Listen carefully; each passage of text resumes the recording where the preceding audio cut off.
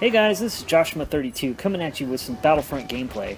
This is my very first game of Fighter Squadron. Actually, it's my first game in the entire game.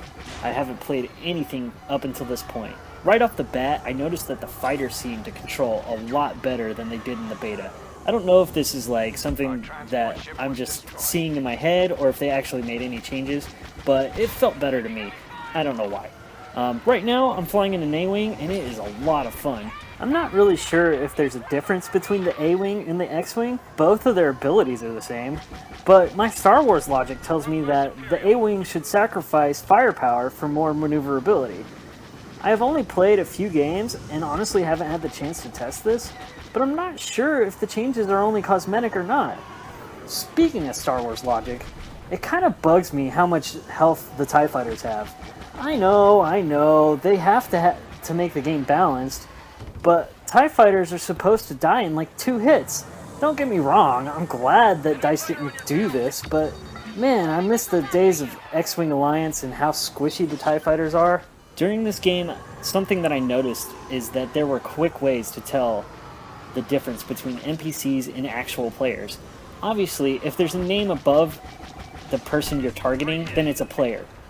This is the main way you're going to be able to tell if it's a player or not, but there's other ways to tell.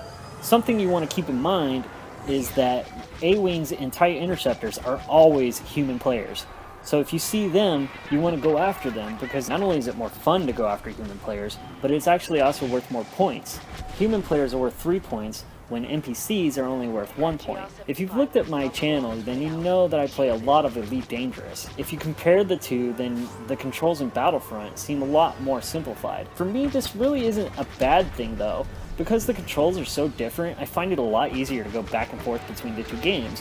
I'm not confused by slight changes in the controls, because the controls are so widely different.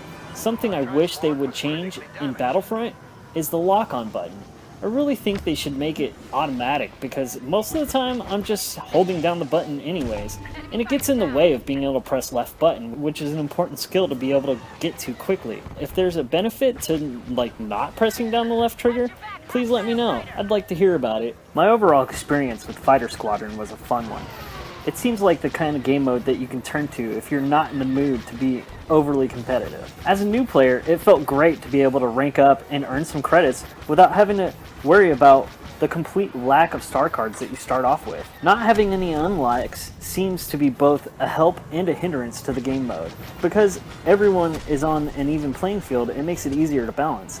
However, without any customization, it also lacks depth.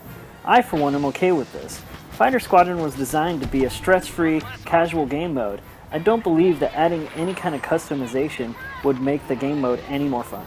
I don't know if it was beginner's luck, skill, or the fact that I've been playing way too much CQC, but I didn't die once this entire game.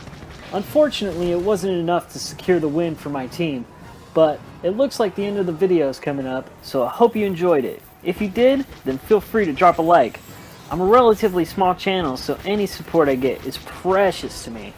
I'll be posting more videos soon, but until then, I'll catch you later.